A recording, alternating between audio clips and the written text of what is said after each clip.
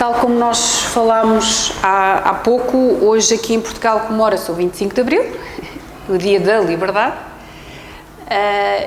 e foi no ano de 1974, que a maioria de vocês não tinha nascido, eu também não, que Portugal passou de uma ditadura para uma democracia. E por isso é chamado o Dia da Liberdade, porque a partir daí, na ótica secular, ganhou-se liberdade. E por muito que eu seja grata, e sou, e há pouco falávamos também um pouco disso, de que hoje em dia as mulheres na sociedade portuguesa têm liberdades que outrora não tinham, e é muito bom. Eu sei, e vocês sabem, que a verdadeira liberdade não é na mudança de um regime político. A verdadeira liberdade é isto. Se, pois, o Filho vos libertar, verdadeiramente sereis livres. Liberdade é só em Cristo, antes dele não há liberdade, só depois dele é que há. E por isso não importa o regime político, não importa as leis mais justas do mundo, não importa uma sociedade que seja nivelada, não haja pobres, não haja ricos e todos estejam no mesmo. Não importa nada disso se eu aqui, neste mundo e no próximo, não tiver a Cristo, porque isso vai ter consequências dramáticas na eternidade, principalmente. A questão passa é que aquelas de nós que já temos esta liberdade em Cristo, que já percebemos que Ele foi à cruz morrer por nosso lugar, foi castigado pelo aquilo que era nosso, e podemos nós hoje beneficiar da justiça dele, que houve esta troca injusta, porque é benéfica para nós, mas foi injusta para ele. Ele fez pecado, ele fez pecador. Ele não foi pecador, atenção, que às vezes a gente diz estas coisas. Jesus tomou o castigo e a penalidade de pecador para que eu pudesse absorver a sua justiça, mas ele nunca pecou. Ele nunca errou, mas ele fez esta troca para que nós hoje pudéssemos chegar ao Pai. E quando nós temos então essa liberdade, e quando algumas de nós até já temos essa liberdade pela sua graça há algum tempo, já temos uns anos, umas décadas, ou há algum tempo, começamos a acostumar-nos com isso e conseguimos às vezes comprar algumas mentiras e começamos a fazer a asneira. E foi isso que os crentes da Galácia, que era uma região, era composta por várias terras, que deu origem à carta aos Gálatas, era isso que eles estavam a fazer. Eles estavam, a obra perfeita de Cristo está completa, e eles estavam a querer pôr uns acessórios, umas coisinhas, e o apóstolo Paulo é a carta assim mais seca que ele tem, é a carta que ele está mesmo a ralhar, ele não está ali de modos, até a introdução é seca, ele não está ali, tenho muitas saudades vossas, começou logo ali a arrumar a casa porque aquilo que estava a acontecer era grave. E nós devemos ter esse zelo também quando alguém tenta acrescentar à obra de Cristo alguma coisa, porque não há nada que possamos fazer e isso é uma grande heresia. Então vamos abrir as nossas Bíblias na carta aos Gálatas e vamos ler quando ele fala de liberdade, porque tem tudo a ver nós deixarmos de ser livres exatamente quando começamos a fazer coisas erradas que não fazem parte do pacote de salvação. Gálatas capítulo 5. Vou pedir a vocês que leiam, por favor, capítulo 5, versículo 1. Estai, pois, firmes na liberdade com que Cristo nos libertou, e não torneis a colocar-vos debaixo do jugo da servidão. Muito bem. Olha, esta não está muito bem centrada. É esta? É. Esta versão King James que diz: foi para a liberdade que Cristo nos libertou, portanto permanecei firmes e não vos sujeitais outra vez a um jugo de servidão. No contexto da carta, se vocês lerem claramente, descobrem que a questão que estava a haver aqui era a circuncisão. Havia judeus que estavam a intrometer-se dentro da igreja com a ideia de que nós temos que acreditar em Jesus Cristo como Salvador e fazer circuncisão, que era uma prática judaica. E o apóstolo Paulo está ali a bater muito firme, que não se pode acrescentar nada e que não se pode estar como se estivéssemos a melhorar, seja uma versão, sabem os telemóveis que sai a versão 2.2, depois dá 2.1, depois como se estivéssemos a fazer melhoramentos, e esta salvação não permite isto. Aliás, Deus blindou esta salvação que nós temos em Cristo de tal maneira que não é possível acrescentar nem tirar nada. Está mesmo blindado. E uma das coisas que está blindada é que um dia que eu me torne crente, eu nunca posso deixar depois de o ser. No passado, quando alguém estava salvo, podia perder a salvação. No futuro, depois da dispensação da graça, quando alguém é salvo, pode perder a salvação. Hoje, quando alguém é salvo, não pode perder a salvação. E este é o grau de blindagem que Deus fez. Sabem como é um submarino? Tem que estar blindado. Imaginem se há um parafuso que não está bem apertado num submarino lá debaixo de água, com milhares de litros de água por cima. Era o fim daquela gente que estava ali dentro. É uma salvação completamente blindada, não permite que se mexa em nada, porque ela está perfeita. Quando o Senhor Jesus disse na cruz, está consumado, estava mesmo. E o que ele estava a dizer está terminado, está completo, está perfeito. Não é preciso acrescentar mais nada, não é preciso ninguém mais ir morrer pelos pecados, porque ele morreu pelos pecados de toda a humanidade. E sofreu o castigo destinado a todos esses pecados, para que hoje o pecador, quando chega à presença de Deus, não haja a dúvida, ontem estive a pensar mal daquela pessoa, será que eu estou perdoada deste pecado? Estás. Está tudo, está consumado. E os crentes de Gálatas estavam ali a fazer a geneira e nós, infelizmente, como filhas de Deus, também podemos, às vezes, começar a querer fazer a geneira.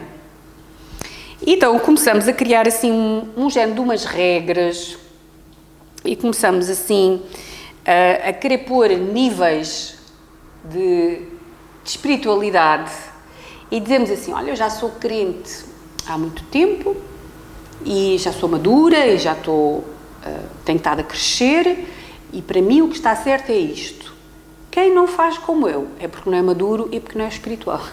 Começamos a julgar as pessoas de acordo com os nossos padrões. Falámos há bocadinho indiretamente sobre isso, da questão como é que nós podemos respeitar uns aos outros e muitas vezes nós achamos que, obviamente que estamos sempre certas e, portanto, e que somos mais espirituais. Certamente aquela irmã pensa daquela maneira porque é infantil, é imatura espiritualmente, porque eu sei muito melhor.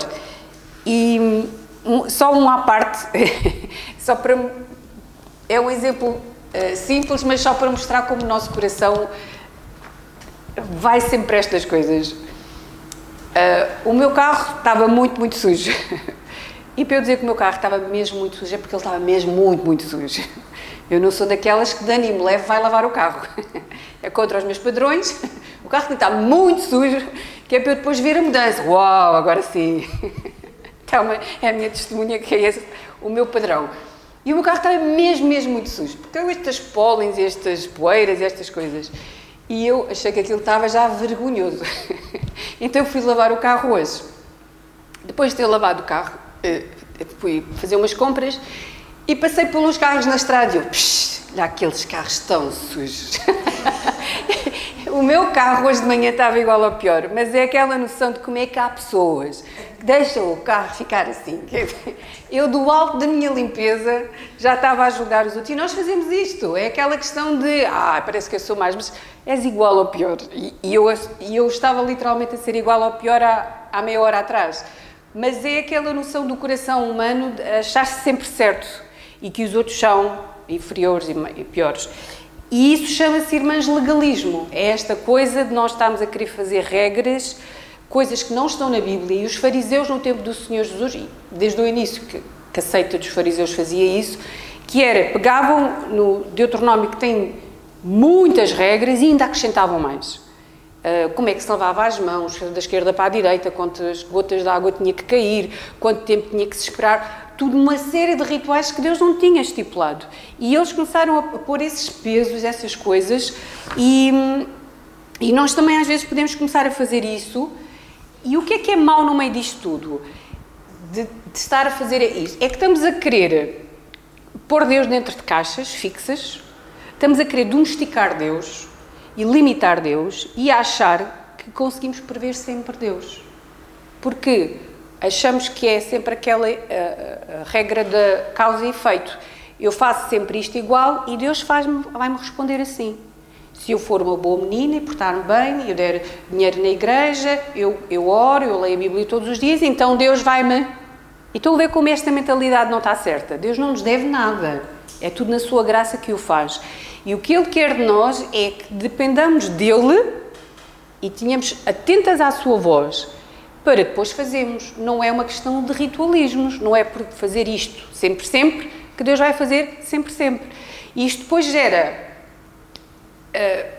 frustração e gera até desilusão, porque há de haver uma vez que Deus não nos vai fazer isso. E nós vamos achar, quer dizer, uma filha impecável, que sou uma pessoa comprometida, envolvida na igreja, que sirvo, e Deus faz-me uma destas, quer dizer. Há aí bandidos, e há lá irmãs na igreja que aquilo, só Deus sabe como é que vai as vidas delas, e parece que está tudo bem. E a mim, chega-me tudo. Estão a ver? Este tipo de mentalidades de que não é graça, isto é lei, é estar a medir com uma fita, e nós não podemos fazer isso de Deus. Deus não é um Deus domesticável, que eu faço isto e tu fazes aquilo. Não é assim. Ele é um Deus grande e soberano, que apesar de não mudar, porque Ele nunca muda no caráter, Ele é imprevisível. E se há alguma coisa que a Bíblia nos mostra, com histórias espetaculares, é que Ele é imprevisível. Ele faz coisas que não lembra a ninguém. Ele escolheu pessoas que eram os últimos que deviam ter sido escolhidos.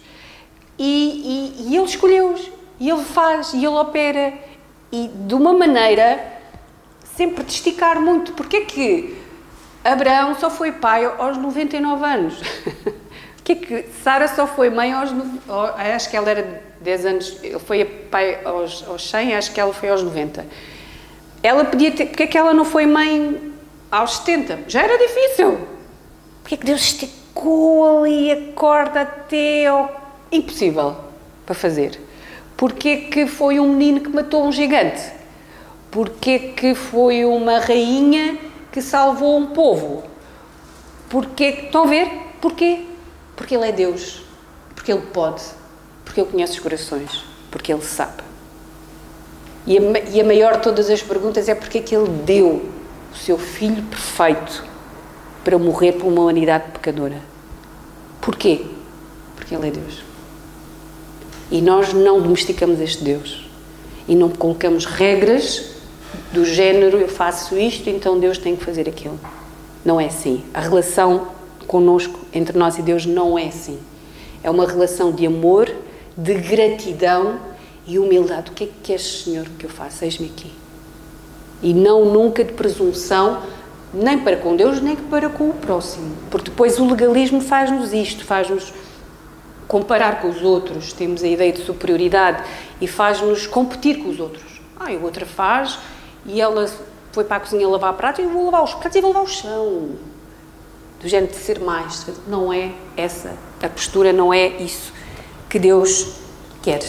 E se nós queremos ver este Deus criativo, que é diferente e que faz coisas... É só nós pensarmos aqui nesta sala, cada uma de nós está aqui, se fosse dar um testemunho de como é que se converteu, foi diferente. Todas nós foi diferente. Não há aqui ninguém igual a ninguém. Houve uma coisa que Deus fez que foi o toque final que nos levou à salvação. Pode ter sido uma conversa que alguém teve connosco. Pode ter sido um versículo que nós lemos. Pode ter sido uma música que nos tocou. Pode ter sido olhar para a criação e isso nos tocou. Diferente. Deus faz isso diferente com cada alma que foi salva pelo mundo inteiro. Ninguém tem um testemunho de salvação igual ao outro. A salvação e o Salvador é igual. O modo como Deus toca é diferente. E há coisas espetaculares, há pessoas que, sem nunca ninguém lhes ter falado de Jesus, salvaram. Há coisas assim mesmo. Há testemunhos de pessoas que encontraram um versículo num papelinho no chão, leram e converteram-se. Há pessoas que, percebem, há coisas espetaculares. E de todas essas maneiras criativas que Deus faz para salvar uma alma, para tocar, para ganhar uma alma, mostra este Deus espetacular que tem este pormenor de cuidar de nós pessoalmente, individualmente, mas de um modo afetivo, de um modo carinhoso, de um modo gracioso, de maneira que nós possamos confiar neste dono, que é o nosso dono, e dizer assim: a ti eu sigo, a ti eu sirvo. É este o nosso grande Deus e é este que nós devemos e querer tocar. Sabem, irmãs, o que Deus quer de nós é que do nosso coração possa nascer essa devoção.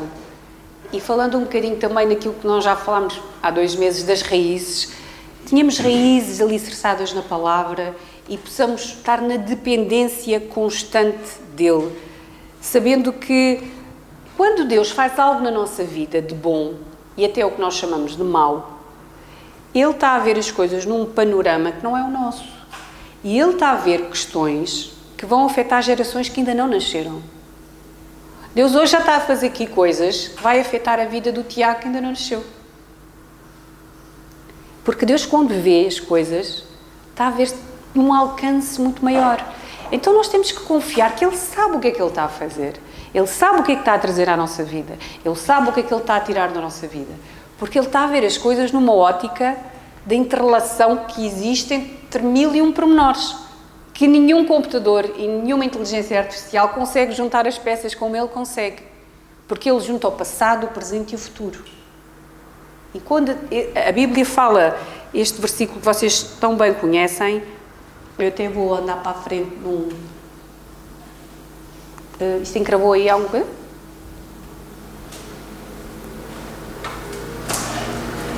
Então? Era esta. Esta passagem de Romanos 8:28 que vocês conhecem, todas as coisas contribuem juntamente para o bem.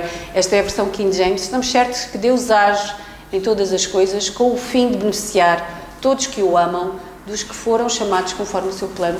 O objetivo dele é sempre benefício, mas é no global, não é no particular. E isso é uma coisa que nós humanamente não conseguimos fazer. Eu estou a viver esta situação, não consigo ver o bem que daqui pode vir, mas vai vir. Se for Deus a agir, eu se der liberdade para Ele o fazer. O versículo que estava anterior é este de Pedro, que é um Deus que é digno de nós nos humilharmos, humilhar-vos, pois, debaixo da potente é forte mão de Deus, para que a seu tempo vos exalte, lançando sobre Ele toda a vossa ansiedade, porque Ele tem cuidado de vós. Ele tem. Olha para trás e lembra-te. Daquela vez tu oraste, ai Senhor, tu não consigo. E Deus resolveu. Lembra-te. É bom trazer à memória essas coisas da mão de Deus de dar. E é bom quem te ajudou até aqui, vai-te ajudar até ao fim. Comprem o CD do recomeço. Tem esta música. Porque faz-nos bem lembrar destas coisas, perceber a fidelidade de Deus. Não vamos andar ansiosos, vamos lançar. E aqui a ideia do lançar, no original, eu li uma vez, ouvi um irmão explicar, é tipo, sabem, um estudante, à sexta-feira, quando chega à casa e lança a mochila para um canto e diz, eu quero saber, agora é fim de semana. É este lançar para longe, não quero saber, vou-me desligar disto. É isto que a gente deve fazer com as ansiedades. Lançamos para Deus e dizemos, Senhor, olha, não sei, faz tu, não sei, não consigo, mas isto é agora contigo que eu já não sei. É esta a dependência que Deus quer de nós. E então, para finalizar, porque eu hoje vou tentar ser curtinha, falando ainda da liberdade, não sei se vocês ainda estão em Gálatas, estão? Então, fizeram bem. E eu agora pedia que uma de vocês lesse, então, no mesmo capítulo, de Gálatas, mas agora o versículo 13. Então, Gálatas 5:13.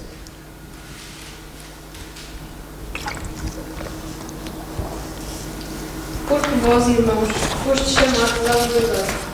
Apenas não useis da liberdade para dar ocasião à carne, mas para servir uns aos outros em amor. Eu vou-vos mostrar aqui a versão de King James, que diz assim: caros irmãos, fostes chamados para a liberdade, todavia não useis da liberdade como desculpa para vos franquear à carne, antes sede servos uns dos outros mediante o amor. Aqui o franquear é uma expressão que nós não usamos muito aqui no português de Portugal, mas que quer dizer dar liberdade, ceder, entregar-se aos desejos carnais. Ou seja, nós não devemos usar a liberdade com que Cristo nos libertou para fazer o que queremos, quando queremos, quantas vezes queremos. Mas devemos usar essa liberdade para servir a Deus e ao próximo, é o que diz ali, de ser servos uns dos outros. Quando eu faço o que eu quero, e a minha carne gosta muito disso, faço o que eu quero, como quero, faço se me apetece, faço se não me apetece, está-me a saber tão bem isto, eu vou comer ainda mais, vai-me fazer mal depois, mas não me interessa, faço porque quero. E o mundo hoje está a celebrar esta liberdade, o mundo de Portugal está a celebrar esta liberdade que se confunde muito com libertinagem, não é tanto de liberdade, e quando eu dou asas à minha carne para ela fazer o que ela quer, a minha carne é a minha velha natureza, é aquela maneira torta que todos nós nascemos. Para explicar aqui um bocadinho à Soraya, que está a apanhar estas linguagens e não está a perceber a velha natureza, o que é isto, a minha carne, é aquele mau feitio que todos temos, aquelas coisas que chamamos às vezes de temperamento e que às vezes não são boas, não é? E já arranjaram problemas, de certeza, com a desculpa dessa carne que vem ao de cima. É aquela coisa, é a nossa vontade própria, natural, é a nossa carne. Depois, quando nós aceitamos o Senhor Jesus, nós ganhamos o Espírito. E Gálatas, esta passagem e até este capítulo, depois fala que esta carne anda à luta com o Espírito de Deus, porque a carne quer fazer uma coisa e o Espírito quer fazer outra. Esta carne gosta muito desta liberdade toda de querer fazer o que ela quer e por isso chama-se libertinagem. Isto é um extremo, mas o outro extremo, que nós estávamos a falar agora há pouco, do legalismo, vocês se calhar vão ficar admiradas se eu vos disser que isso também satisfaz a carne. Então ela gosta de liberdade total, faz tudo o que quer, e ela gosta também de regras. Parece, será? Vamos ver na Bíblia, e eu vou-vos ler aqui a passagem que está em Colossenses. Eu tenho aqui no PowerPoint, porque são vários versículos, e são 3 neste caso, e vamos ler juntas. É a versão que vocês têm na vossa Bíblia, não é King James, mas podem abrir lá de qualquer modo, e lemos juntas. Gálatas 2, versículo 20 ao 23. Diz assim, estamos todas lá? Se não ouvem. Disse Gálatas, desculpa, Colossenses, não és razão? Colossenses 2. Eu vou ler. Se, pois, estáis mortos com Cristo, quanto aos rudimentos do mundo, porque vos carregam ainda de ordenanças, como se vivesseis no mundo, tais como não toques, não proves, não manuseis, as quais coisas todas perecem pelo uso segundo os preceitos e doutrinas dos homens, as quais têm, na verdade, alguma aparência de sabedoria, em devoção voluntária, humildade e em disciplina do corpo, mas não são de valor algum, senão para satisfação da carne. Um legalista gosta muito destas leis, destas regras, e até parece espiritual, e até parece um controle do corpo. Eu não como isto, eu faço exercício, eu faço... Parece ali um rigor, parece uma espiritualidade muito grande, mas às tantas é só para eu saber-me bem a mim mesmo, para eu ficar contente com mim mesmo, para eu me comparar com outros. E aí eu estou a satisfazer a carne. E aí está errado. Então aqui, liberdade não é isto. Liberdade não é isto. Liberdade não é um extremo de rédea solta, mas a liberdade também não é outro extremo de rigidez. Então o que é a liberdade? A liberdade é escolher viver não para mim mesmo, mas para aquele que morreu a minha morte, para que eu hoje pudesse viver a sua vida. Liberdade é eu viver Cristo na minha família, na escola, no trabalho, na igreja. Eu ser Cristo aqui na Terra. Isso é que é liberdade. E implica eu depender, humilhai-vos, pois, debaixo da potente mão de Deus, como lemos há bocadinho. Eu depender em humildade. Porque o que Deus fez ontem na minha vida não é o que Ele vai fazer hoje. Nem é o que Ele vai fazer amanhã. E quando o salmista diz que a tua palavra é luz para os meus, o que é que diz? Quem é que sabe esse versículo? E para os meus passos. É para o pouco, não é para o longe. A luz não é uma lanterna que está lá. É assim, eu estou a andar e estou a ver. É isto, é esta dependência. De hoje Deus quer de mim isto.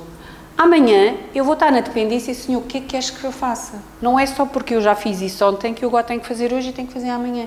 Não é porque Deus agiu ontem, vai agir hoje e amanhã igual. É dependência do Senhor. E quando nós fazemos isso, irmãs, que custa muito, porque nós gostamos muito de saber como é que o filme termina. Às vezes há aquelas nós que com o livro vão lá ver no fim, eles ficam juntos. E não é assim com Deus. A gente tem que estar nesta dependência. No final, o final é bom, porque é com Ele. Ficamos sempre com Ele. Mas é estarmos nesta dependência. Quando nós fazemos assim, nós estamos a mostrar que Deus é realmente quem manda nas nossas vidas. E que nós, sozinhas, não íamos a lado nenhum. E foram estas, e para finalizar mesmo, foram estas palavras que o Senhor Jesus disse em João. Vamos abrir no Evangelho de João, pode ser? Evangelho de João, capítulo 15.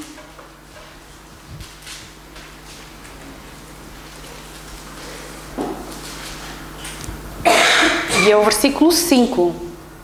Se uma de vocês puder ler, João 15, 5.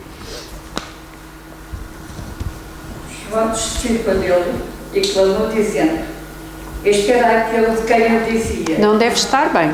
João, Evangelho de João 15. Desculpa. É o capítulo 15 e o versículo 5. Digam 15. 15 quê? 5. 5. Eu sou a videira, vós as varas. Quem está em mim e eu nele, esse dá muito frutos, porque sem mim nada podeis fazer. Obrigada. Às vezes nós lemos varas e não percebemos muito bem. Eu gosto esta versão, não é assim tão diferente, só diz ali, nós somos os ramos. Nós somos aqueles pauzinhos que seguram a videira. Coisa fraca, mas é o que nós somos. Porque dele é que vem a vida. Ele é que é a videira. Quem permanece em mim, e permanecer é estar nesta dependência. O que é que queres, Senhor, de mim? Que eu faça hoje? E eu nele, esse dá muito fruto. Só assim é que a gente tem valor. Porque sem mim nada podei fazer. Nada, nada. E às vezes é preciso nós estarmos numa cama, em casa ou no hospital. Às vezes é preciso algum ente querido nosso estar, para nós percebermos como nós não podemos nada. Nós não podemos nada. Nós dependemos dele sempre em tudo. E que não seja preciso isso, e mesmo que isso assim chegue às nossas vidas, nós saibamos depender dele sempre. E perceber que é nele que a gente dá fruto, e é com a força dele, a capacidade dele, até as nossas qualidades nossas e capacidades, é dele, vem tudo dele. Nós não temos realmente mérito de nada. O único mérito que podemos ter é dizer: Senhor, o que é que queres que eu faça? É a única coisa que a gente pode oferecer a Deus, que Ele não tem ainda. É a nossa vontade e a nossa escolha por Ele. Fora isso, já é tudo dele. E, portanto, liberdade, irmãs, é isto. Não é o que o mundo está a cobrar lá fora, que é fazer, tens liberdade para fazer e para seres quem tu quiseres, para pensares como tu quiseres. Isso não é liberdade. E isso, a prova é que depois, no final do dia, o vazio que está lá dentro continua. Liberdade para uma filha de Deus é isto. É eu poder escolher e escolher a melhor parte. E isso depois transparece na minha vida, na maneira também como eu sirvo os outros. Era aquele versículo de Gálatas: não vamos usar a liberdade como desculpa para eu fazer só o que eu quero e me interessa, mas para servir aos outros mediante o amor. O amor de Deus por mim, que eu depois revelo aos outros e se implica os outros aqui na igreja, é os outros lá fora, é os outros da nossa família. É para isso que nós fomos chamadas, para a liberdade.